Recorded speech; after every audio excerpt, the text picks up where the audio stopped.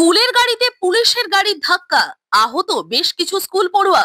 পুলিশের গাড়ি চালকের বিরুদ্ধে মদ্যপ থাকার অভিযোগ, পুলিশের গাড়ি ঘিরে বিক্ষোভ স্থানীয়দের। ঘটনাটি ঘটেছে পূর্ব মেদিনীপুর জেলার এগরা শহরের সেন্ট্রাল বাস স্ট্যান্ড সংলগ্ন এলাকায়। জানা গেছে, দুপুর 2টো নাগাদ সরস্বতী স্কুলের বাচ্চাদের গাড়ি থেকে নামানোর সময় দাঁড়িয়ে থাকা অবস্থায় পুলিশের একটি পেট্রোল ভ্যান নিয়ন্ত্রণ হারিয়ে স্কুল গাড়িটিকে ধাক্কা মারে। অভিযোগ, পুলিশের গাড়ির চালক মদ্যপান করে গাড়ি চালাচ্ছিল। এই ঘটনায় গুরুতর আহত হয় 9 জন বাচ্চা। তাদের প্রাথমিক চিকিৎসার জন্য এগরা সুপার স্পেশালিটি হাসপাতালে নিয়ে যাওয়া হয়। স্কুলের প্রধান শিক্ষক প্রণবেশ বাবু জানিয়েছেন, পুলিশের গাড়ির ড্রাইভার মদ্যপ অবস্থায় পেছন থেকে এসে আমাদের স্কুলের গাড়িটিকে ধাক্কা মারে।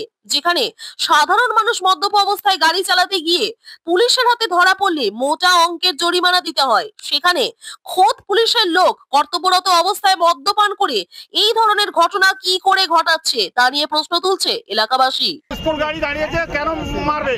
কে ধাক্কা মারলো? কে ধাক্কা মারলো? Police van, police van, police van ধাক্কা মেরেছে।